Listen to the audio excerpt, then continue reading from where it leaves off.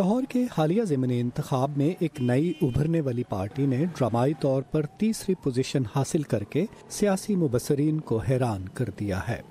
Election commission نے ملی مسلم league نام کی اس پارٹی کی رجسٹریشن مسترد کر دی ہے، لیکن پارٹی کے رکن آزاد امیدوار کی حیثیت سے اس ہفتے پشاور کے NH4 کے ضمنی الیکشن میں حصہ لینے کے لیے تیار ہیں۔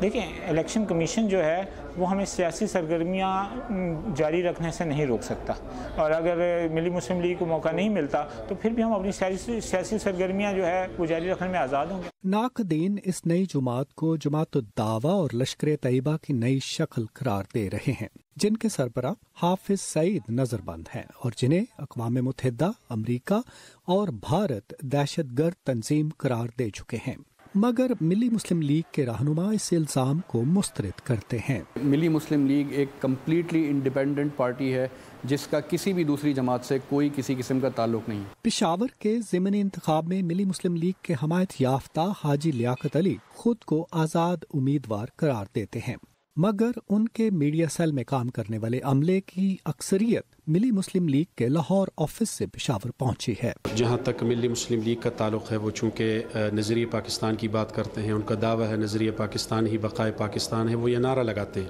ان کی ان باتوں کے ساتھ میں متفق ہوں، اس لیے میں نے ان کی حمایت لی ہے۔ پنجاب حکومت کے ترجمان ملک محمد احمد خان انتخاب میں دینی جماعتوں کی کارکردگی کو ترقی پسند سوچ کی حامل جماعتوں کے لیے لمحہ فکریہ قرار دیتے ہیں۔ اب NA 120 کا کانسیکوینس یہ ہوا کہ پیپلز پارٹی جیسی ترقی پسند جماعت ہم نے دیکھا کہ اپنی حیثیت قائم کرنے میں بھی یعنی ضمانت ضبط کروا بیٹھی، اور جبکہ دو دینی جماعتیں جو پہلی بار الیکشن میں حصہ لے رہی تھیں ان کو پیپلز پارٹی سے زیادہ ایکسیپٹنس ملی۔ لاہور کے ضمنی انتخاب میں دوسری نئی پارٹی تحریک لبیک پاکستان ہے۔ دائیں بازو کے نظریات کی حامی اس پارٹی کے امیدوار علامہ خادم رضوی نے NA 120 کے حلقے سے ہزاروں ووٹ لے کر مبصرین کو حیران کر دیا۔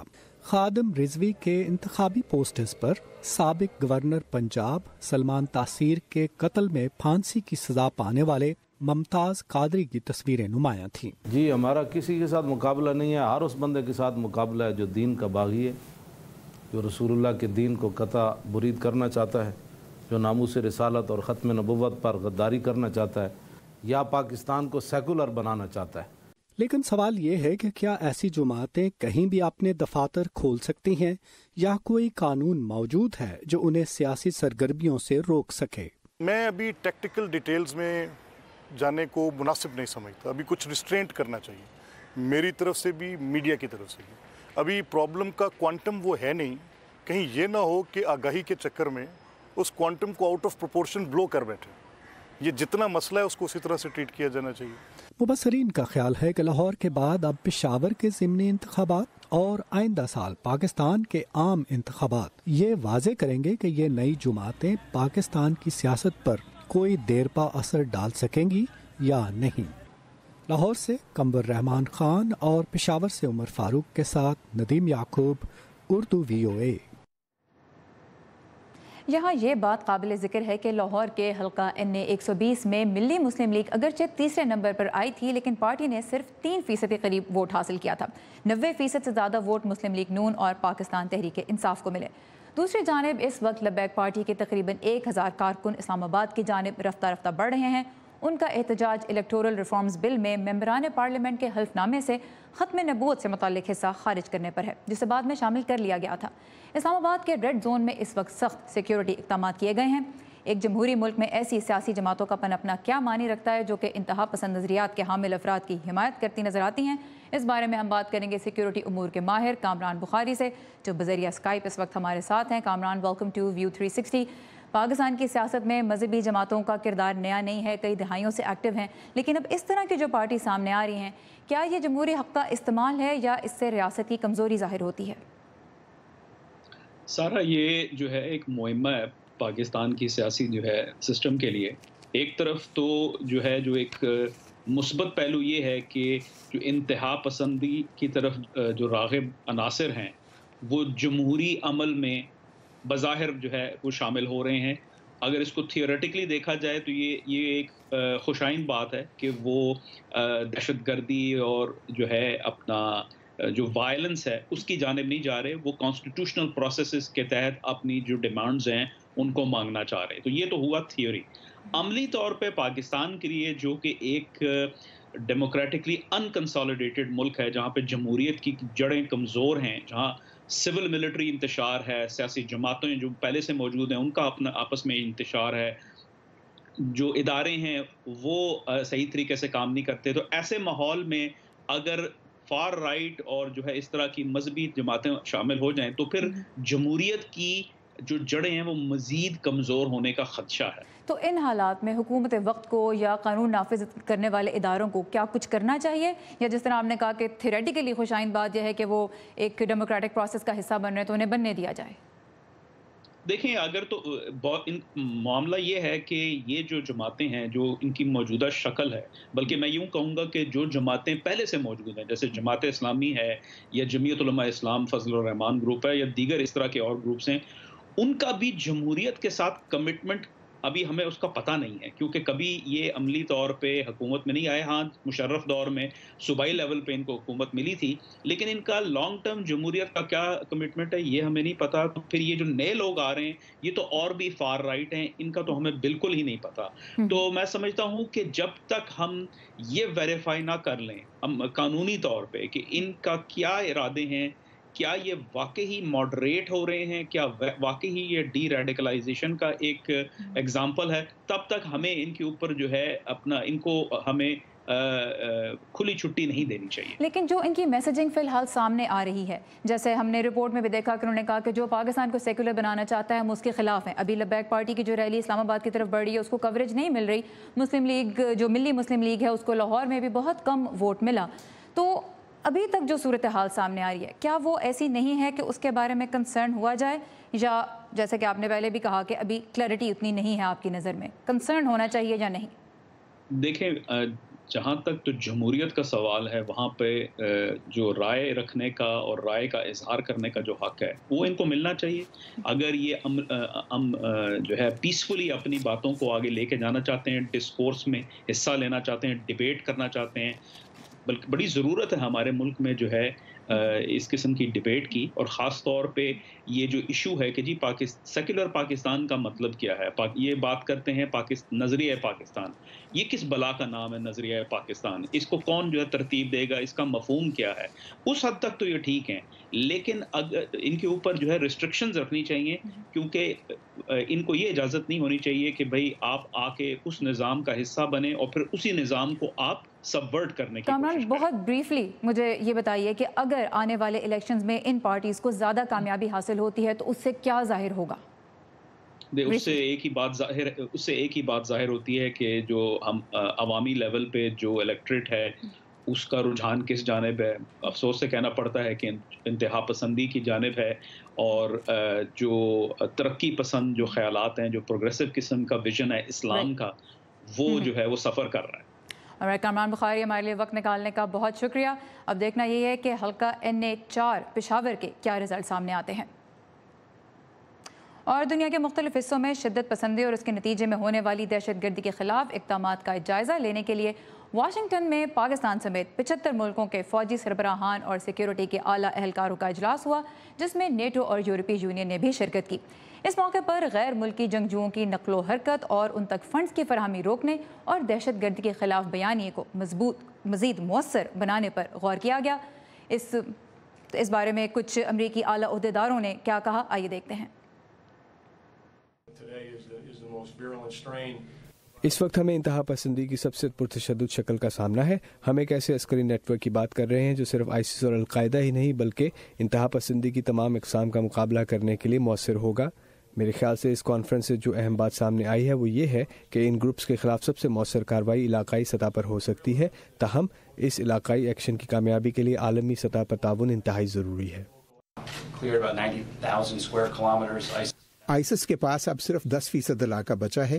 ان کامیابیوں کا تقریباً 1/3 بلکہ 1/3 سے کچھ زیادہ ہمیں صرف پچھلے 1 سال کے دوران حاصل ہوا ہے.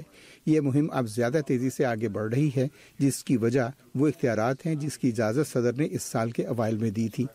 اہم بات یہ ہے کہ ISIS کھوئے ہوئے علاقے کے 1 میٹر رقبے پر بھی دوبارہ قبضہ نہیں کر پائی ہے. اس اجلاس کے دوران مختلف ممالک کے نمائندوں نے اپنے یہاں دہشت گردی کے خلاف جاری کوششوں کی تفصیل بھی پیش کی۔ اور دنیا بھر سے اہم خبریں پڑھنے کے لیے آئیے ہماری ویب سائٹ urduvoa.com پر، جہاں آپ کی دلچسپی کے بہت سے مختلف موضوعات پر فیچرز اور ویڈیو رپورٹس بھی ہم پوسٹ کرتے رہتے ہیں۔ آج کے شو میں ہمارا ہفتہ وار ٹیک سیگمنٹ بھی شامل ہے اور اس کے علاوہ چین کی سیاست میں خواتین کے کردار پر بھی بات ہوگی، لیکن پہلے آئیے دیکھتے ہیں ورلڈ ویو۔ روس نے اقوام متحدہ میں اپنے ویٹو کا حق استعمال کرتے ہوئے امریکہ کی جانب سے شام میں کیمیائی حملے کی تحقیقات کی مدت میں اضافے کی قرارداد ناکام بنا دی ہے۔ 11 ممالک نے سیکیورٹی کونسل کی اس قرارداد کی حمایت میں، جبکہ روس اور بولیویا نے مخالفت میں ووٹ دیا۔ عراق میں کرد حکومت نے علیحدگی کے ریفرینڈم کے نتائج کو معطل کر کے مرکزی حکومت کو مذاکرات کی پیشکش کی ہے۔ کرد حکومت کی جانب سے یہ اعلان عراقی حکومت کا کرکوک سمیت کرد اکثریتی علاقوں کا قبضہ حاصل کرنے کے بعد سامنے آیا۔ امریکی صدر ڈونلڈ ٹرمپ نے امریکہ میں مہاجرین کی آمد کا سلسلہ ایک بار پھر شروع کرنے کے لیے ایک ایگزیکٹو آرڈر پر دستخط کر دیے ہیں، جبکہ اطلاعات کے مطابق 11 ممالک سے آنے والے مہاجرین کی چھان بین کے عمل میں سختی کر دی گئی ہے۔ فزکس میں نوبل انعام یافتہ سائنسدان البرٹ آئنسٹائن کے ہاتھ سے لکھی تحریر تھیوری آف ہیپینس ایک نیلامی میں $13 لاکھ میں فروخت ہوئی ہے۔ جرمن زبان میں یہ تحریر آئنسٹائن نے 1922 میں جاپان میں سفر کے دوران ایک بیل بوائے کو ٹپ کے طور پر لکھ کر دی تھی۔ چین کی 19ویں کمیونسٹ پارٹی کانگریس کے اختتام پر صدر شی جن پنگ کو دوسری مرتبہ 5 سال کے لیے پارٹی کے صدر کا عہدہ دیا گیا ہے، لیکن اس موقع پر کسی خاتون کو کوئی اہم عہدہ نہیں ملا۔ آئیے دیکھتے ہیں کہ چینی عوام کی نظر میں سیاست میں خواتین کی نمائندگی زیادہ کیوں نہیں ہے۔ ماؤ زیڈونگ جب چین کے اعلیٰ رہنما تھے تو انہوں نے کہا تھا کہ عورتیں آدھا آسمان اٹھاتی ہیں۔ ان کا یہ قول آج بھی بہت سے لوگوں کو یاد ہے، لیکن کچھ ماہرین کہتے ہیں اس کا مقصد ملک میں افرادی قوت بڑھانا تھا، نہ کہ خواتین کو برابری کے حقوق دینا۔ برسوں بعد اب جبکہ عورتیں پرائیویٹ سیکٹر میں انتظامی امور پر مامور ہو رہی ہیں، چین کی کمیونسٹ پارٹی میں اب بھی مرد ہی نظر آتے ہیں۔ نائب وزیر اعظم لیو یانگ ڈانگ ان گنتی کی چند خواتین میں سے ہیں جو اوپر آ سکی ہیں، لیکن وہ اعلیٰ ترین فیصلہ ساز پولیٹ بیورو اسٹینڈنگ کمیٹی کی ممبر نہیں، اور تجزیہ کاروں کے مطابق مستقبل میں بھی ان کے آگے بڑھنے کے امکانات نظر نہیں آتے۔ پارٹی کے اعداد و شمار دیکھیں تو خواتین کی تعداد تمام ممبران کے مقابلے میں 25% سے بھی کم ہے۔ 2300 ممبران میں سے 19ویں پارٹی کانگریس میں شرکت کرنے والی خواتین کی تعداد صرف 1/4 رہی۔ کمیونسٹ پارٹی اس غیر متوازی صورتحال کو ٹھیک کرنا تو چاہتی ہے، لیکن بیلٹ اینڈ روڈ پروگرام کی وجہ سے اس صنفی فرق کو مٹانا پارٹی کی ترجیحات میں نہیں۔ بیجنگ کی سڑکوں پر لوگوں کا یہ کہنا ہے کہ سماجی اور معاشرتی رکاوٹیں اور خواتین کا گھریلو زندگی میں اہم کردار بھی ان کی سیاست میں آگے بڑھنے کی راہ میں حائل ہیں۔ مقامی سطح پر بہت سی خواتین سول سروس میں کام کر رہی ہیں، لیکن کیونکہ ان کے پاس مردوں کی طرح فارغ وقت نہیں، اس لیے وہ اوپر تک نہیں پہنچ پاتی۔ خواتین اپنے خاندان کے لیے بہت کچھ کرتی ہیں، اور کمپنیز خواتین کو شاذ و نادر ہی اعلیٰ قیادت دیتی ہیں۔ انہیں نائب صدر یا دوسرا درجہ ملتا ہے۔ چین میں ریٹائرمنٹ کی عمر 55 سال ہے، لیکن خواتین مردوں سے 5 سال پہلے ریٹائر ہوتی ہیں تاکہ وہ خاندان کے بوڑھوں اور پوتے پوتیوں کا خیال رکھ سکیں۔ اکثر کا کہنا تھا کہ خواتین کو سیاست میں دلچسپی نہیں، اور کچھ کا کہنا ہے اس لیے بھی کیونکہ سیاست خراب، مشکل اور بے ربط ہے۔ خواتین کا سیاست میں رجحان کم ہے اور وہ سیاست سے الگ تھلگ ہیں، لیکن اتنی نہیں جتنی وہ 80 کی دہائی میں ہوا کرتی تھی، جب چیئرمین ماؤ نے کہا تھا کہ خواتین آدھا آسمان اٹھائے ہوئے ہیں۔ کچھ کا کہنا یہ بھی ہے کہ چاہے خواتین پارٹی میں اونچی پوزیشنز پر نہیں، لیکن ان کا پورا خیال رکھا جاتا ہے۔ ایک اور نقطہ نظر، جیسا کہ ان خاتون نے VOA کو آف کیمرہ بتایا کہ خواتین سیاست سے دور اس لیے بھی ہیں کیونکہ اس میں ان کی دلچسپی نہیں۔ بل آئٹ کے ساتھ صبا شاہ خان، اردو VOA۔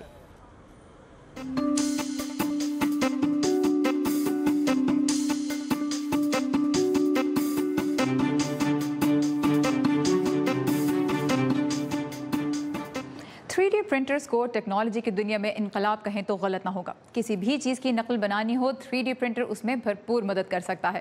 اسی لیے موبائل سے سیلفی کا دور بھی اب ہو گیا ہے پرانا، اب تو 3D پرنٹر بنائے گا آپ کا مجسمہ۔ مزید جاننے کے لیے دیکھتے ہیں کراچی سے یہ رپورٹ۔